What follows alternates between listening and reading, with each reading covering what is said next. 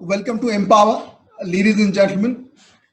Empower is a series of unheard leadership mantras packed in a webinar. Today is special. It's a second in the Rubaru series. We have two exemplary thought leaders who joined us today and going to share the words of wisdom. But before we start, I want you all to recollect what happened on May 12th at 8 p.m. when we got the trailer from our Honorable Prime Minister, Lockdown 4.0. And the reason I'm saying trailer because he did mention that the details will follow before May 18th. He's going to release the details of Lockdown 4.0, and he made a big announcement. I mean, a figure with 13 zeros, 20 lakh crores. That's pretty big. But the big question staring at us is, will it help us reach the B.A.U sooner than later? Or is this going to be business unusual? Is it going to leave a scar? This crisis is going to leave a scar which will force us to change our outlook towards the workplace? Or is it going to be an opportunity for us to sort of get rid of some of the baggage? There are many questions, and I'm glad that today my job, and along with you, of course, you all are going to partner with me in asking questions because we have two people who have a big responsibility of walking us through the answers today. So those who don't know me, my name is Meg Risaldar, and I'm reminding Kiranmai and Prabhakar, whom I met in the month of March recently. I mean, our last meeting was in March, so this is my lockdown look, and that's why I had to write my name as well. This is how Meg looks now. But for those who don't know me, I'm the Chief Experience Officer for Enable, a part of a 11-year-old HR advisory firm called The Strategist. Before I introduce our thought leaders, some quick hygiene announcements. To ensure that it's a very engaging session, we have put everybody on mute, but that doesn't mean that we're not going to encourage interaction. In fact, Kiranmai and Prabhakar have ensured that, I don't follow a script. They've ensured that, let's do all the polls in the beginning so that we get the pulse from the audience. So there's going to be lots of live interaction from all of you. But you can't speak, but you'll have to chat. So please shoot your questions to our host and ghost. The man who is hiding behind the strategist logo is my partner in crime, Atul Sharma. So please forward your questions to him. He's going to help me anchor the question and shoot to our thought leaders. So participation is the name of the game today. We have disabled the videos only to ensure that the quality of engagement is good. But yes, towards end of the session, I'm going to request all of you to turn on the video so that we can capture this memory. Last but not the least, one hygiene announcement is try to avoid logging in from two different devices. Use one device to have an engaging experience for all of us. Now, without further ado, let me quickly introduce our thought leaders now. Please join me in welcoming Kiranmai, an alumnus of XLRI, somebody who brings to the table a unique blend of academics and a corporate experience. In fact, if I look at her, career profile, what all she has done, I've been teaching, training, consulting, writing, philanthropy. I mean, I can almost run out of breath if I can go on what all she has done. So that's something that she brings to the table. And guess what? Her last corporate assignment, she was the head of HR and site lead for ICE, Intercontinental Exchange, part of New York Stock Exchange. And recently, she hung her boots to start an entrepreneurship journey, something that she has been always doing. She has been an angel investor for a few companies. She has been a mentor. But that's what she decided to do now. So, Kiranmai, if you can wave at us, it would be great. Super. Hi. So that's Kiranmai for you. Thank you so much.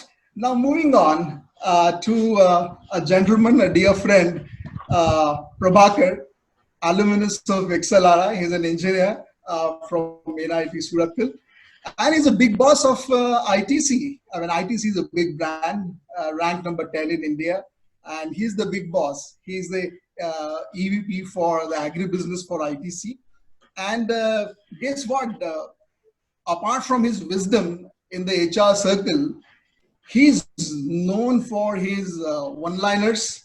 He's known for his love for music, photography, and something that you will not find it on LinkedIn. I must tell you, because that's what the Rubaru session is all about. Something that you won't find written about Prabhakar on LinkedIn is that his ability to pay attention to the world around him, whether he's traveling, whether he's at work, he's always watching something what is happening around him, and that's what makes him a writer, a photographer, and in fact, in HR circle we call him, he's the Javed Akhtar of HR, who loves writing. So it's going to be interesting. So Prabhakar, if you can wave at us, it'll be great. Super. Hi. So that's Prabhakar for you. And Prabhakar, with your permission, as we start the Guru session, gentlemen finished last because we put ladies first. So I think, so let me sort of, kickstart the Rubaru session by asking a question to Kiranmai. Kiranmai, I've read, I've heard that amongst the leaders, women leaders responded very differently and very well to the recent crisis. I'm really keen. What's your perspective on this? And in particular, if you could throw some light on, how did you deal with, the crisis, the lockdown at a personal level and at the professional level, please?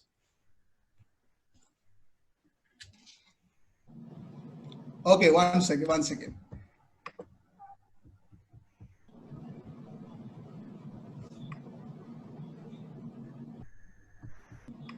Let me just check.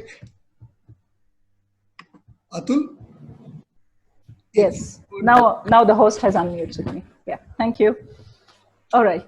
Sorry, Meg. I was trying to get onto this. Come again once more with your question, please. Shall I repeat the question, Kiranmai? Please. Yeah. Can you hear? I was telling, I was asking that, I've read and heard both, that women leaders have responded very well. There was a research done, and women responded very well to the recent crisis. I want to know your perspective, and in particular, if you can give some personal examples of, how you personally as well as professionally dealt with the current crisis. Absolutely. Good afternoon, everyone. And it's really, I know there have been webinars and webinars, but this is make and enable. So I'm sure, and with me and Prabhakar here, we're all going to have rocking fun. That I'm sure you'll all come up with at the end of the session. But to answer Meg's question, it's first of all, while I've been in the career journey for close to 3 decades as a women leader, typically I hate any such classification because this is agnostic. When you talk about leadership, it's agnostic to the gender. It's about the trait of leadership. That's how I would posit it. But having said that, one of the typical phenomena or traits we attribute to feminine, I'm not saying women, feminine leadership, is about empathy, about nurture, about care, about compassion. So when you look at the feminine leadership traits, absolutely, you have seen that particular leadership trait or that suite of leadership traits are so relevant when such a major unprecedented pandemic has hit across the globe. So any leader who has been able to care, who has been able to demonstrate compassion, who has been able to really bring forth this entire panoramic view of empathy and look at it from a human angle has been much more successful than the leaders who were only looking at it from a business-driven approach with scant respect to the current situation. So that's how I would look at it and not look at it as a women leader versus a male leader, but a feminine leadership trait versus a masculine leadership trait. So any one of us can be bestowed with any of these traits. And people who have giving the personal examples. The first thing when we heard about the pandemic, and then all of a sudden, yeah, there were some rumors, but none of us were prepared for the lockdown. That too, now it's going to 70 days. We just looked at it as, oh, it'll be for a week or two perhaps, but then it just went on and on and on. So it definitely caught quite a few napping, I would say, because you were the most unprepared. And majority of the organizations, while working from home may not be new for ITES kind of an environment, but it's not as relevant in the Indian scenario, as much relevant in the Indian scenario, even for this industry. The reason being, we work with a pyramidal structure, which is unlike United States or other mature economies, where you don't see the bottom of the pyramid as much in all these organizations. People are already coming in with some kind of experience, and when they come in, and they're also individualistic cultures. We are collectivist culture. So huge differences in terms of how you deal with work from home versus when you get into office and work in teams and collaborate, and it's easier for you to walk across the aisle and talk to a manager or a team leader or someone and get the problem resolved, rather than depending on these various collaborative tools and doing it virtually. And also our homes, our infrastructure. So there's so many things where we may have been so unprepared, and that too at such level. We were talking about 100% or 90 plus percentage of the IT organizations which had to quickly get into this mode, almost I would say like a toggle of a switch, which seems impossible. But the beauty of this is, and that's where my respect for humankind increases every single time I think about human beings. The resilience, what we have demonstrated and what we continue to demonstrate.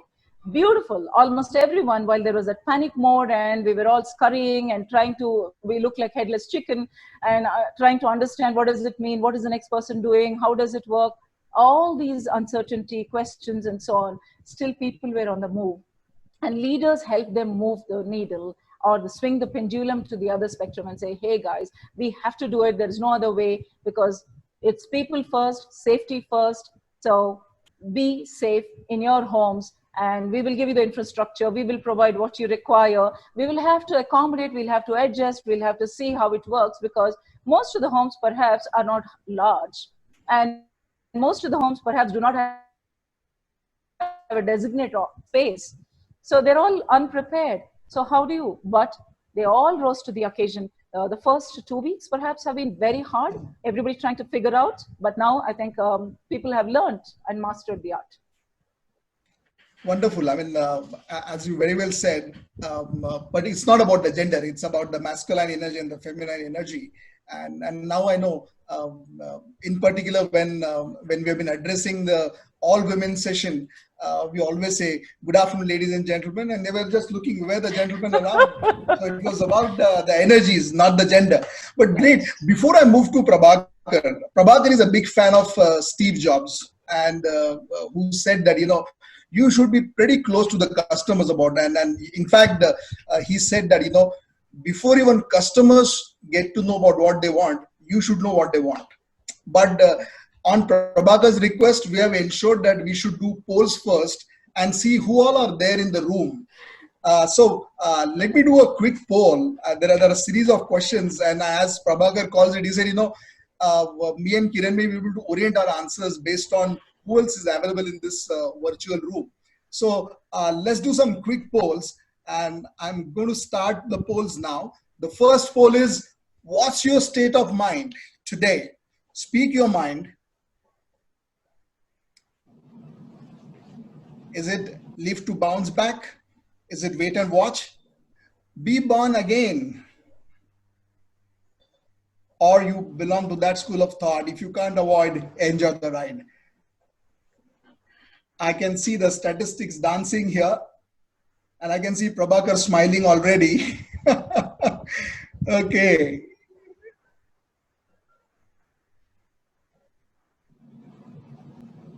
Wonderful. It's going zip zap zoom. We already have about 65% who already participated. In about 44 seconds, we'll give about 10 to 15 seconds more, and we'll stop the poll. but I can see a good balance. I don't want to influence by giving the statistics right away, but all I can tell you is pretty balanced. Let's look at the results now. We have lived to bounce back. I think, I'm not surprised with the result. 23, so 41% say the state of mind is live to bounce back. The second best being, well, enjoy the ride. The third highest is be born again and wait and watch. I'm glad that, Prabhakar actually had put some money on this. I just hope that we have very less people who are going to say wait and watch. So Prabhakar, big thumbs up to you. So that's the first poll. Let's hit it, the second one.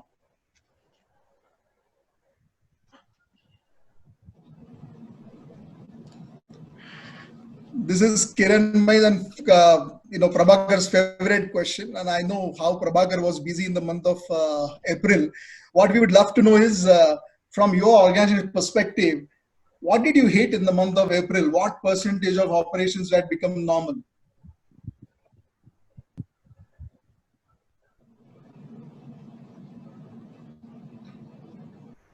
Wow.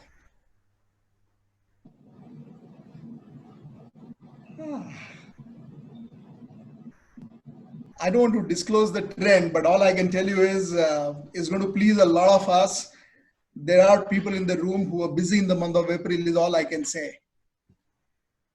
Excellent. Hats off to those. I mean, and hats off to the, in particular, essential services who are fighting the corona crisis in the battlefield. So awesome.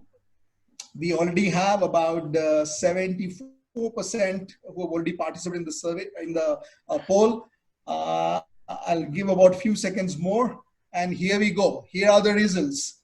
Oh my God. If you see the top one being less than 25%. So yes, it had put world to the standstill. I'm not surprised. But what is good to see is there are people in the room who are busy in the month of April. About 29% were actually ensuring that their business is running. Awesome, great. I'm glad to see this percentage statistic, and I'm sure our thought leaders are going to throw some light on this. Let's move to the third poll. What are you happy about today? No more boring meetings, more me time. It's not just me alone. The whole world is with me in the same boat. I can work in my pajamas, yes.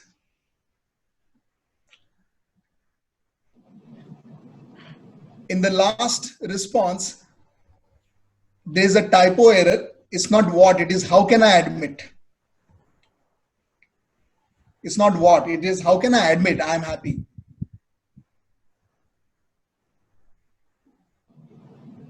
Wow.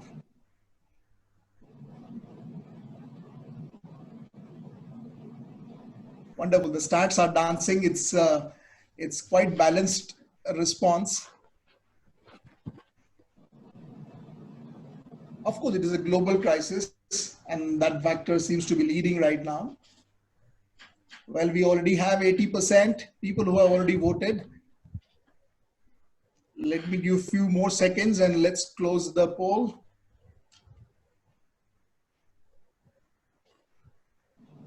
Wow.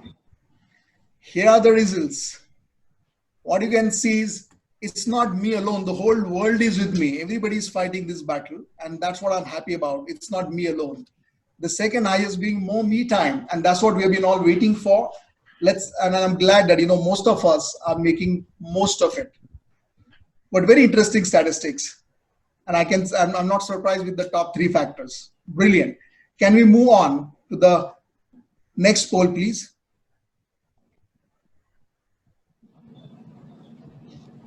Which change affected adversely or negatively the most? Is it the social distancing? Is it lack of adventures, including shopping and dining? Is it absence of domestic help? Or is it work from home?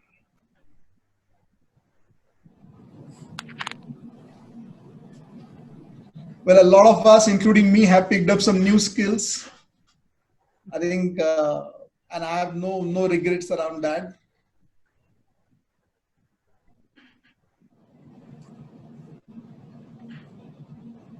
Wonderful. We already have about 75% who have voted.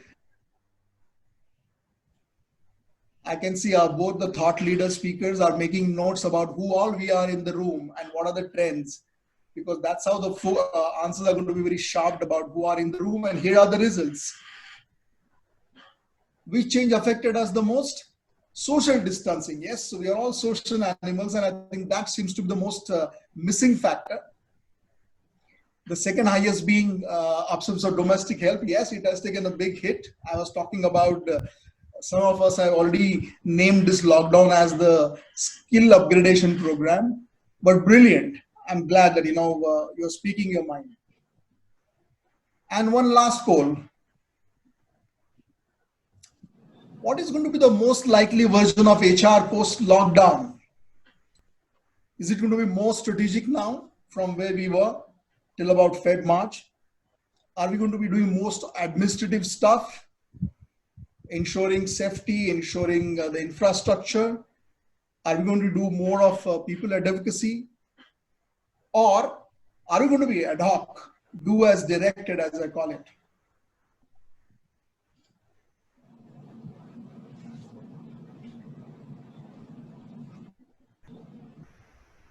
Wow.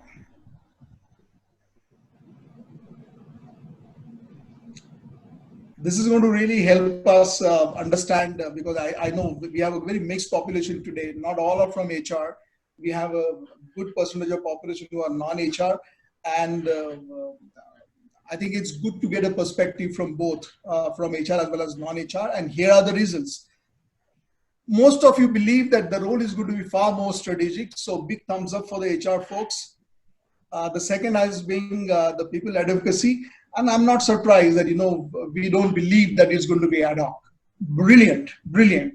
I can't thank you enough for, for such an active participation.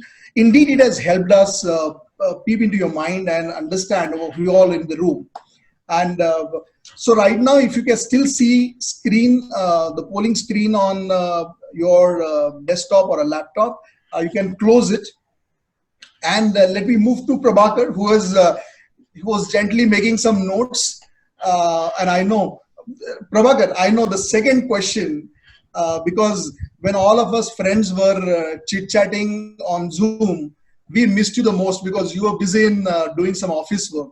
So my first question to you is, Prabhakar, how did ITC deal with the lockdown? In particular, the second question we saw, a second highest response was 50 to 75% of people were actually, resuming and trying to get back their business to the B.A.U status. So throw some light on that. It'd be great to know from the ITC perspective and your perspective. Thanks, Mick. Pleasure being here. And as you rightly said, I think this is the first webinar that I'm really participating. I haven't really had a chance. I'm seeing all cartoons death by webinar. Fortunately, I've been out of it. Let me also make a confession. I haven't seen any movie on Hotstar or Netflix. So I'll probably respond to your question by reflecting on the 5 questions that you raised. The first one was you had 4 options, and I was very disappointed that you did not have an option, I need a break. Okay. So that probably state of mind in which I am in at this juncture.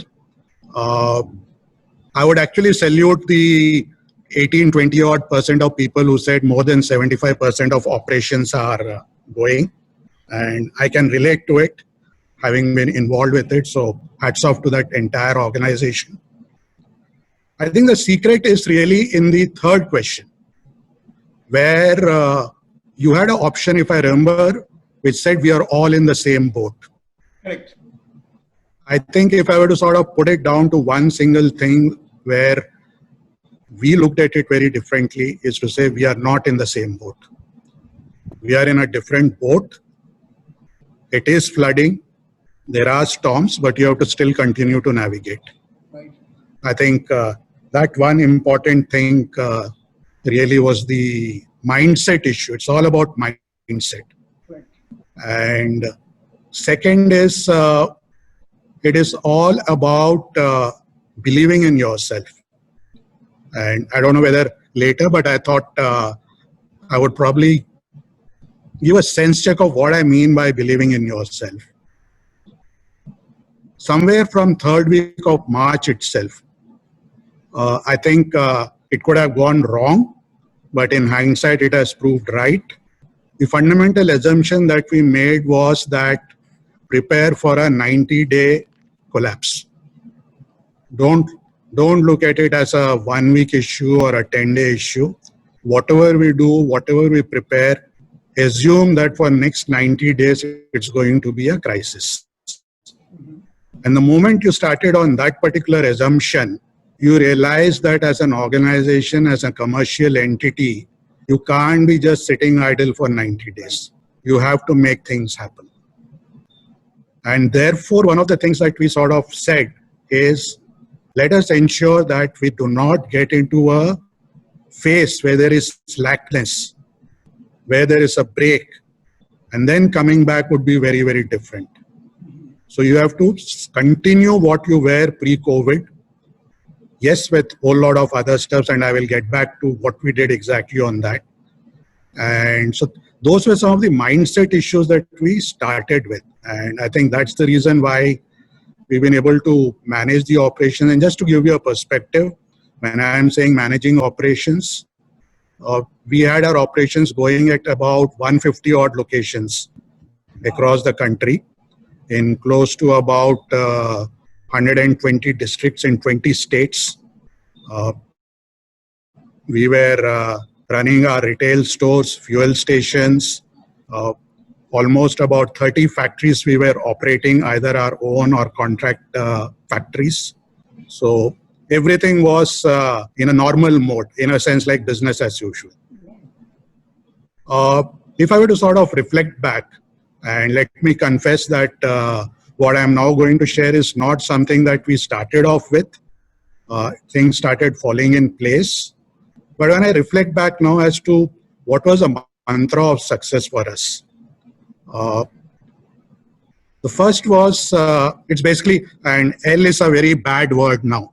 So I shall not use any L word. And since we are in a predominantly HR forum, I should use P word liberally. And I think it were 5 P's that really helped us. And these are not the 5 traditional marketing P's.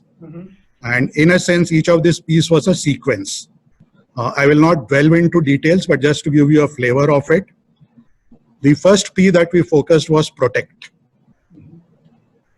And one of the key tenets here was do not operate on a fear syndrome or a fear psychosis.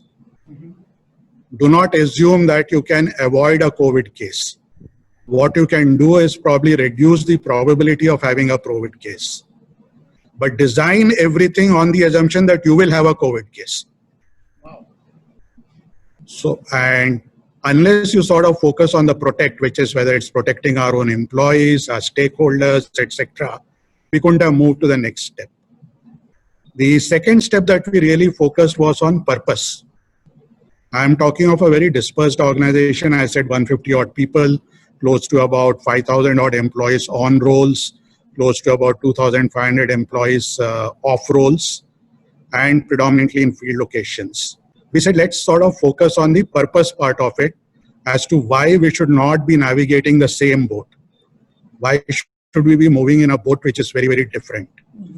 And being in the agri-business, right at the beginning, we sort of emphasized to all our people saying that just like the healthcare people, just like the defense people, essential services, I think a lot of responsibility is cast on us to ensure that the agri-value chains function as normally as possible.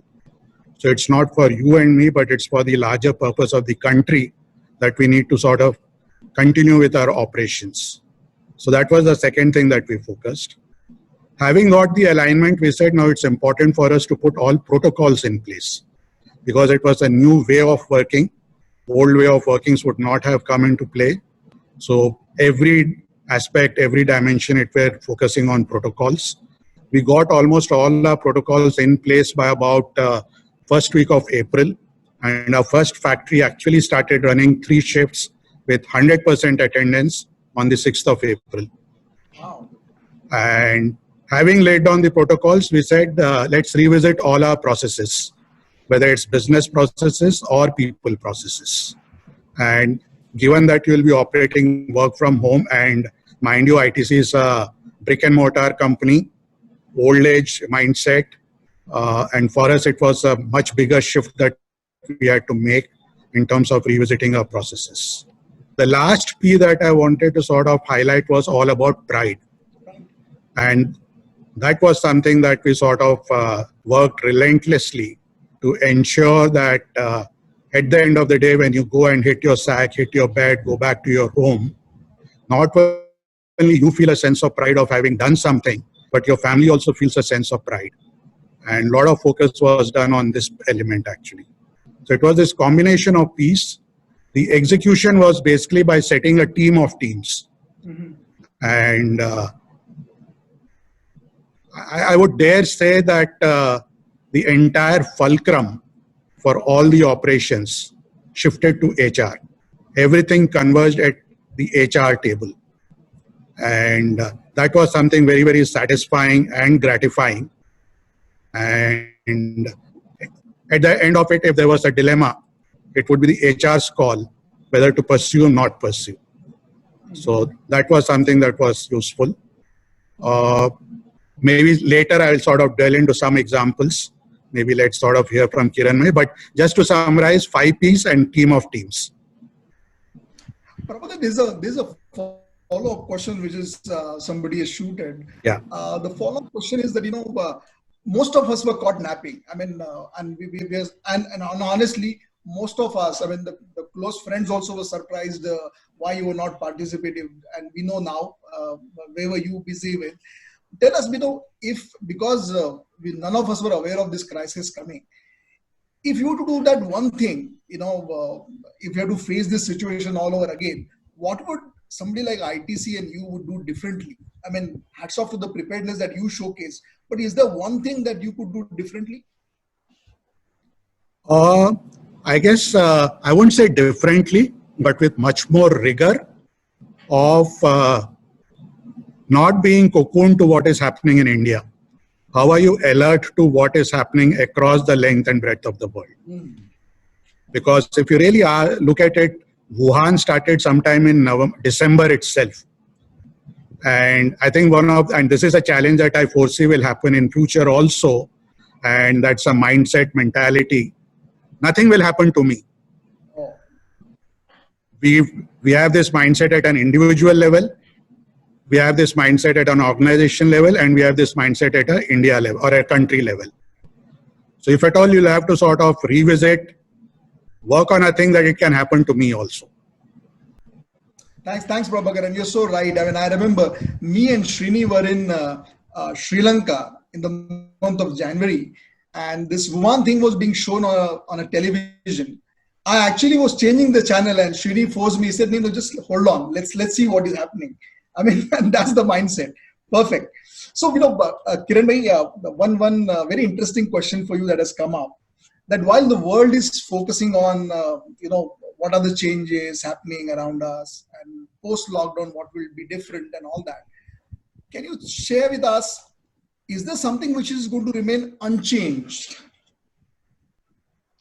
Absolutely, Meg. I think the positivist mindset, which has helped many of us wade through, and what Prabhakar is talking about, it's a mammoth operation when you're talking about ITC and in essential services and what they're able to, it's a singular laser sharp focus and the dedication of all those, I mean, not just the health workers and the police and several others who are working through this entire pandemic, but also all these businesses which are relentlessly supportive. Because today, tell me, forget about, when I say forget about, I'm not speaking arrogantly. If we just suspend, because all of us in this conference or in this webinar, obviously are not migrant workers. So if I rest the case in terms of, below the poverty line and, look at that section where the government has to really think about measures and be prepared to help them. Barring that, I mean, it's a large population. My heart goes out every day when we listen to the stories and what we could have done, better and so on. But just looking at all of us in terms of, the middle class, upper middle class, with relatively, we all are privileged class because we're not seeing that. And why am I in that privileged class? It's almost like a bio warfare. There are all kinds of conspiracy theories. With all this, there isn't a single day any of us have suffered in terms of I'm not able to get what essential commodity I need. The basics, electricity, heat, the air we're breathing, or bringing in essential commodities. Show me one individual in this webinar who would say, oh my God, it was really difficult. I'm standing for hours together or days together, and I have mouths to feed back at home, but I really don't have. That's thanks to companies like ITC and several others who have really rolled up their sleeves and had their workforce. And I'm sure some of them were not able to come to work or unable to give their best because they're either fallen ill or they have other important commitments. So with a leaner workforce and the most unprecedented challenge we're all experiencing, because there are no patterns to look for. None of us can say, oh, we have learned from the past. There's no past on this. There's no history. There's the first time ever the globe is experiencing it, including India, though it came in a little later. And that's where perhaps had we reacted a little earlier thinking, hey, if it's hits India, how are we going to? I think that's part of our BCP. So one thing which you asked me will remain as normal post all the situation is business continuity planning. Every single business, every single small, big, doesn't matter. So far, they have to think about in the business continuity planning, if something hits you unawares, not just in terms of macro and microeconomics, but also such force majeure incidents come in, how do you cater in that situation? In terms of employees, in terms of the business continuity, in terms of managing multiple other facets, in terms of your cash flow, for instance, or operational elements. And so I think firmly, and just to talk about 50 years ago, Meg, Prabhakar, all of you are aware, Milton Friedman came up with the concept of conscious capitalism. Right? So 50 years, I mean, everyone, what are we talking about in businesses? Majority of the businesses are talking about stakeholder, and that's the supreme, right? We're always protecting, and I'm so glad when Prabhakar said protecting is not just about a stakeholder interest. Protection is employees, investors, the larger community or society we live in. How are they impacted? What is our bit to serve the society? Small way, big way. So I think that will stay firmly, at least if not for posterity, for the next 50 years. So a huge lesson learned for everybody across the globe. And today, I would also go ahead and say it's like reverse Darwinism, perhaps, where we are not going to talk about survival of the fittest alone. We will talk about survival of the kindest, survival of folks who have exhibited empathy. Those are the companies which will have their brand equity and reputation much firmer, because my hope is in the millennials and the future generations, where they're going to look at which organizations have made a difference when the world is caught in such a major pandemic. How did each company, I mean, look at the beautiful example of Taj Mahal Palace Hotel. We should all feel so proud. They've thrown it open. On one hand, business is suffering, agreed, because hospitality industry is in doldrums totally. And they have thrown it open for healthcare workers, doctors and nurses and others, because commute is a big deal in Mumbai. And so they said, you can come and take those breaks. What Prabhakar said, right? Take a break, right? You've been working, you're trying to save lives, you're trying to help people recoup. Come, you recoup, you need that break, and then go back. So what a beautiful example. And those are the instances which really make us rock solid. And also think about, I mean, from the polls, right? What people have talked about, bounce back. How do you bounce back? How do you get that energy? You're drawing your energy from what are we doing today, not just for our own survival, but also to help the larger milieu whoever we can. If I can touch 2 lives, somebody else can touch 5 lives. Each one of us as a collective power do our bit as an individual in the society and as a business, the collective power, we can thrive, we can manage, we can get out of this. So reverse Darwinism is what I vote for. Awesome, awesome. Thanks, Kirmi. I'm flooded with questions already. So let me do some rapid fire now and change the gears. So, Prabhakar, this question is for you. Let me just read it as it is. The gentleman is saying, value brings business value. Has the time come for organizations to revisit their values? Are we going to see some change there? In fact, I was about to respond to that, and in a way, good that the question has come up.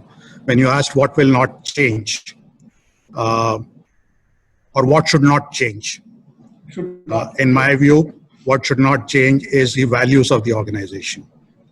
If you sort of stay steadfast to values, that is what will create business value. And I'm just giving, it's basically values and principles. And just to give you an example of what I mean by values. And again, what is important is to look at the time horizon. 3rd of April, all my off rolls, I had covered them under COVID health insurance. We have figured out an agency which had a product, and we sort of went ahead and covered our off rolls on COVID health insurance.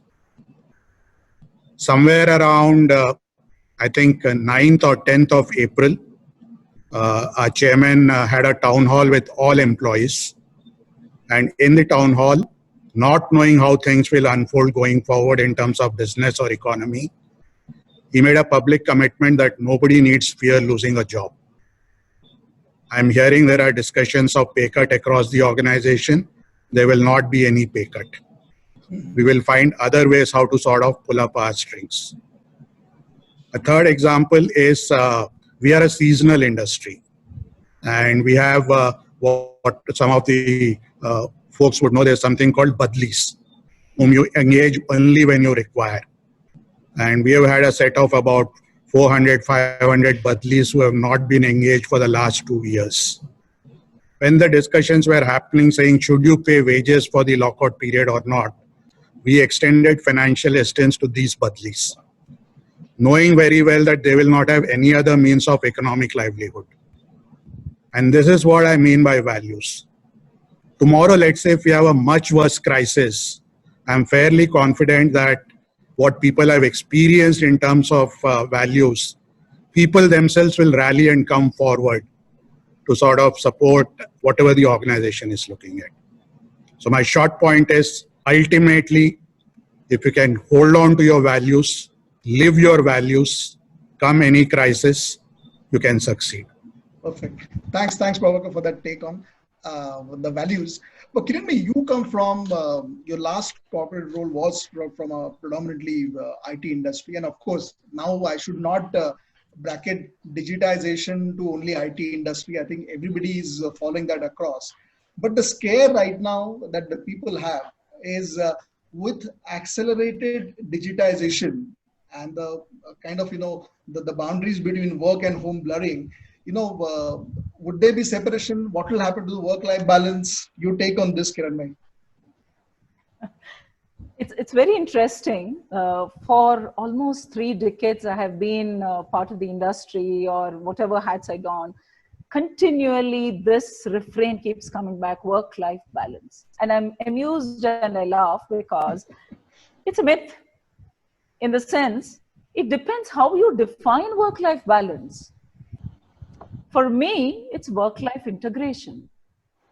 Just as I look at my life, wherein I'm talking about my friends, my family, and my hobbies, whatever I want to make as meaningful elements of my life, core components of my life, people, certain practices I have, certain engagement or activities I pursue as a hobby or activity, whatever.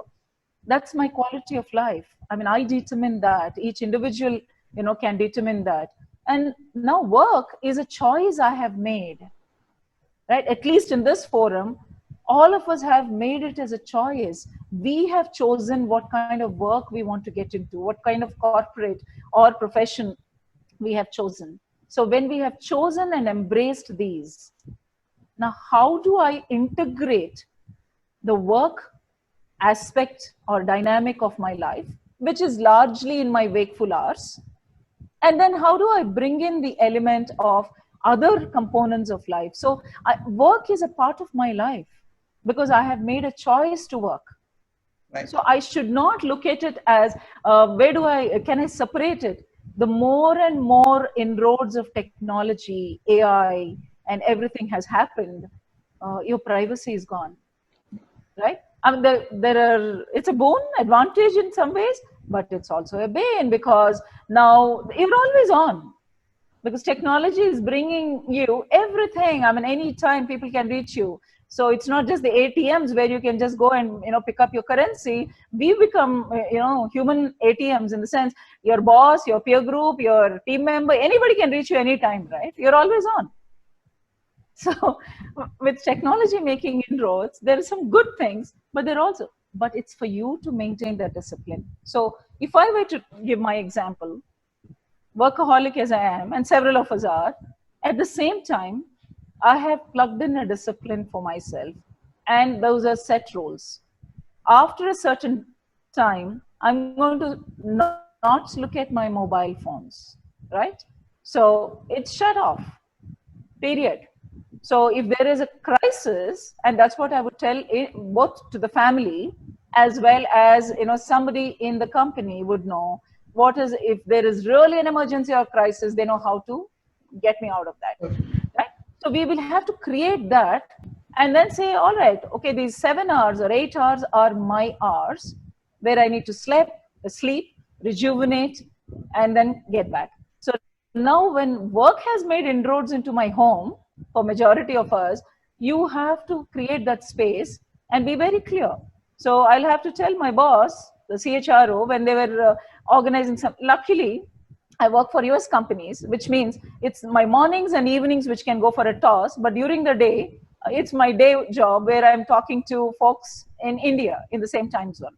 But even with them, I can always say, hey, this evening I have another engagement, or I have to spend with my dad, or I'm spending some time with my spouse, right? Earlier it used to be, okay, you can go out. Now you don't go out. There is no other means of entertainment or whatever. Yeah, as Prabhakar said, I didn't have a chance all these months to really watch any movies or do other things, because entire day I'm in front of my system doing video calls or taking other calls or mails or whatever. And then I'm not again going to sit in front of the idiot box or whatever. I unwind by reading a book perhaps, or listening to music, because those are much better ways in which I unwind. Or I can tap my feet and play on some music, and I'm going to just break into a dance, because it just gives me the relevant break or re-energizes me.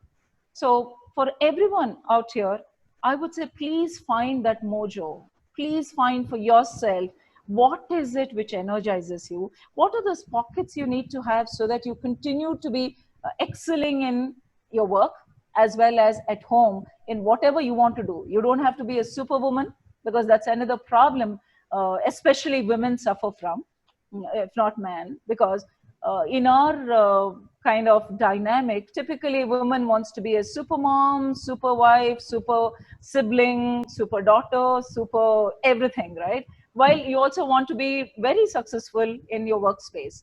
And they suffer from guilt on account of this. And this is where I repeatedly tell my fellow women, please, let's not be spiders caught in our own web.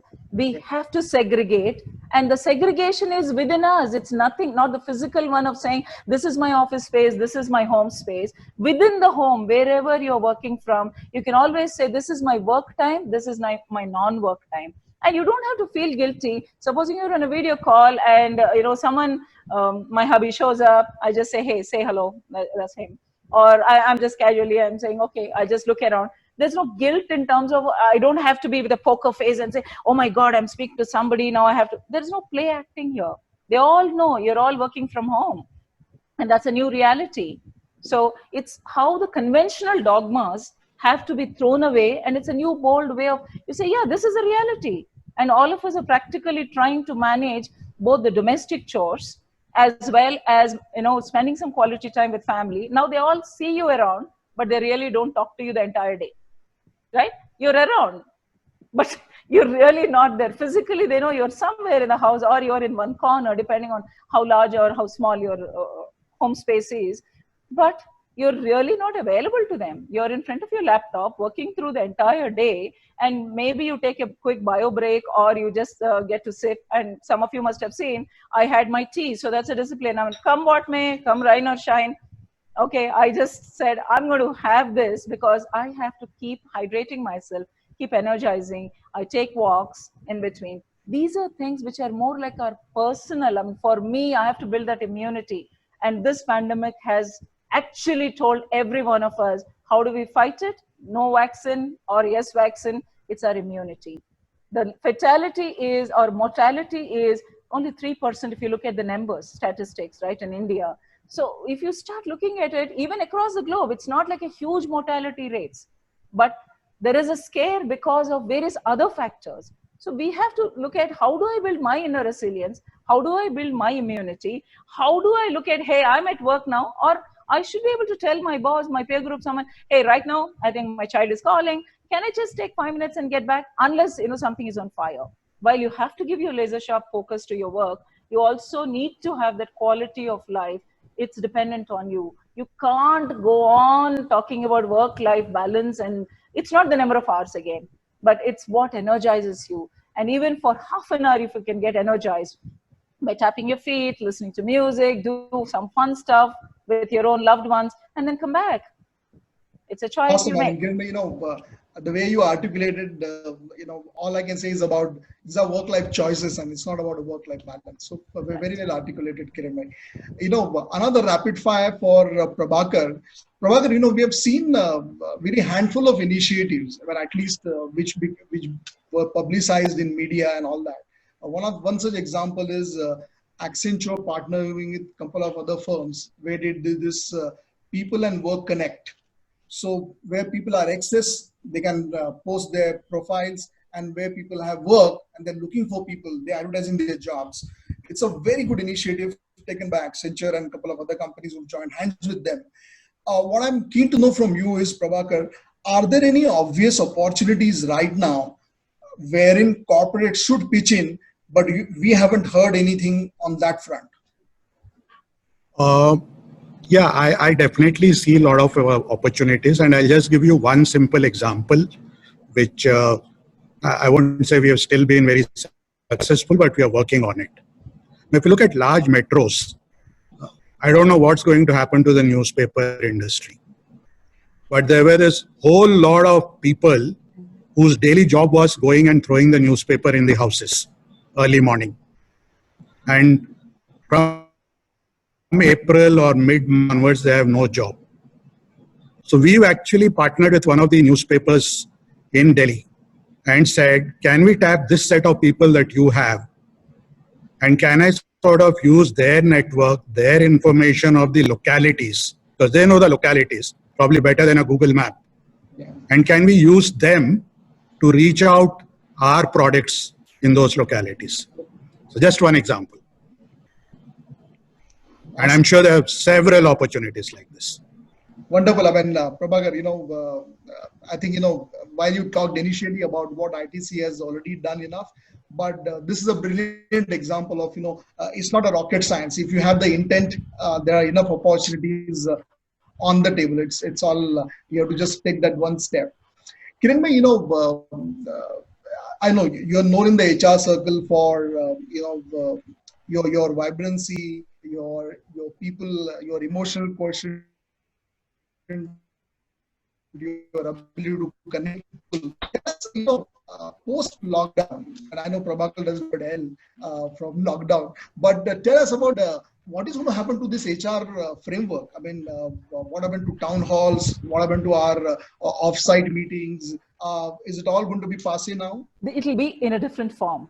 The way I would look at it, I mean, I'm sure all of you watched Avatar, the movie, right? So similarly, when you're looking at how does it's a transformative moment for all of us. That's why I said the conventional dogma will give way to new bold thinking. Just imagine thousands of organizations, universities, businesses, literally within days, not even months, have gone virtual once this pandemic hit, because they realized that's the only way to stay connected. And things which have to go on have continued to go on. Nothing came to a standstill despite the L, despite the C, right? The reason being, it's that resilience of organizations, resilience of the humankind, where you're constantly innovating, finding ways to fix a problem, an issue, a challenge. So that is where I would look at how are we all connected. Imagine, I mean, have you ever thought about, so, I mean, we always looked at Americas or the most developed countries and said, oh, they do homeschooling, you know. And we were like, oh, that's a rare, unique concept. Only if you, some CEO's son is doing it, or even the most, how do we look at, you know, progressive, well-traveled among us also said, wow, that's cool. Today, what's happening? The same home. I mean, I can give an example of what's happening in my brother's home, right? My dad's living with my brother. So initially, my daughter called and said, hey, grandpa, what's up? How are you spending your day, or something like that? My dad immediately says, you know what? He says, one floor, on the top floor, the eldest nephew of mine, which is the elder grandchild, he's under self-quarantine. He's doing his undergrad in US. So he just came back the last flight in. And then he was in Seattle, right? The Washington University. So as he returned, what did he do? He was under home quarantine, self-quarantine. So he's up there. Nobody gets to see him. Only occasionally he would say hi from a distance, social distancing. And he is in his room. And the whole night he's up, because what is he doing the whole night? The whole night he's on his virtual learning. Classes are on, the university classes, right? So, and morning he gets to sleep. So evening window is when he'll get to just say hi to the family. The next floor, my dad said, oh, that's where my brother is. He works for another IT company. So he's a CHRO for the company. So what is he doing? And he is always on the calls, talking to some country or the other, and, you know, he's all that stuff. The final one, where my dad is also there, he's in front of his television watching all kinds of stuff, soap operas or whatever, or news and so on. And my youngest nephew is in the room. And what is he doing? He's on his laptop and he has his virtual learning classes. And my sister-in-law is a healthcare worker. She's a doctor, especially she's a head of pulmonology. So she is helping, protecting lives. She's in the hospital the entire day. So if you just take this home alone, we were like, just look, each one of them is engaged. Everybody is busy, but online, right? They're all in the same home, but they're all online in each other's gadgets. My dad on television, but so everybody is gone electronic. And that was not the case earlier. And I have some domestic help who live in hell. So they continue to stay with me. And their children, right? They go to a school. Can you believe it? I wouldn't have imagined. I have actually given away one of the systems because suddenly they said, oh, we will do online. And they had no clue, right? But I said, okay, I can help you. And we set it up and they're having online classes. So all of a sudden, within days, the world seems to have gone virtual. And the adoption was difficult, a little painful, challenging initially, but people have adapted quickly. After 15 days, 2 weeks is when you get your habit formation. People are quite comfortable. So town halls happen now. You have so many now, whether it's Hangouts, collaboration tools. Haven't you seen, I'm sure all of you have seen, Microsoft, in fact, just announced their earnings. They said whatever they have anticipated, they've got more than the anticipated earnings. Yeah. Right? That's because the world has gone virtual, or majority of the world has adapted so quickly to virtual. More and more of Microsoft products came into the fore, especially their meeting rooms, Hangouts, Google. And another interesting thing to add, Google and Apple, two are rivals. Can you just imagine them coming together, and they're working on a smartphone technology now so that any user with that smartphone, with the app, can actually identify if there is an infected person in a quick radius or a closer radius. What are they trying to do? They have come together, set aside their competitive, challenges, but they said this is something we have to quickly solve for the world. And similarly, Medtronic, I'm so proud and glad when I hear of these examples, and I'm sharing with all of you. Medtronic actually gave away their patent, and they said anybody can please make use of it, because we need more ventilators, we need all this. Please make use of it. As many of you can manufacture, please bring it in. So these are all finest examples of how businesses are pivoting and coming together. People are coming together. So it's individuals, it's businesses, everyone coming together to understand and solve for this. Even if you don't solve, you have found a way to navigate through this crisis. Wonderful. And I know we have just about exceeded by 3 minutes, but this one is for Prabhakar. Specifically, the person is asking if Prabhakar can answer this question. I will take this as the last question. Prabhakar, with this forced migration happening from work from office to work from home, the question is twofold. I mean, are we going to go back to the earlier headcounts? And how soon can we see the business as usual coming up our way? I'll probably respond from my limited perspective. I don't think before December we will move 100% work to office. When I say we, I'm saying in general as a country. I think most organizations at best will move up to 75%. Mm-hmm. So that's one part. Second, as far as business as usual is concerned, again, I'm talking at a overall level. If you're looking at from a numbers perspective in terms of top lines, bottom line, etc., I think all of us need to be conscious that it could be at least a year, if not more, before you can get back to those type of levels in terms of the financial numbers. Mm-hmm. But in terms of your operating models, I guess by about July, end June, early July, I think most organizations will be left with no other choice but to get back their operating models going. How much will it result in a throughput? That's a debatable issue. Wonderful. I just wish, for the benefit of all, I just wish that, we had more time. But thank you so much, Prabhakar and Kiran. It's been really great. And thank you to all the participants for Meg, with your permission, I say, please. Meg, with your permission, just want to sort of say some lines. Please. Just to sort of, please. Before you have the last word. He's the Javed Akhtar side of Prabhakar. So I don't know how many of the audience will be able to understand Hindi. It's in Hindi actually. So, अब जो चले हैं तो ना रुकेंगे हम, मंजिल से पहले अब न थकेंगे हम, जीतने का अभी भी, and the emphasis on अभी भी, जीतने का अभी भी है जुनून सवार, चाहे कोविड हो या ना हो, कुछ भी हो ना मानेंगे हार, तूफानों से लड़ना और आगे है बढ़ना, भले पड़े हमें वायरस से गिर के संभलना, साथ दे न दे लॉकडाउन वाला जमाना, हमको तो बस है चलते ही जाना, खुद पे है हौसला अब रखना, और ना कोविड से हमको है डरना, अपने सपनों को पूरा है करना, जीत का मजा हमको हमेशा है चखना. Wow. Awesome. As always, thank you. Absolutely. I mean, so much of it's full of optimism, and all I can say is, I mean, again, I don't want to translate, but you're saying that when it rains, look at the rainbow, and when it is dark, look at the stars. Exactly. Absolutely. Very well said, Prabhakar.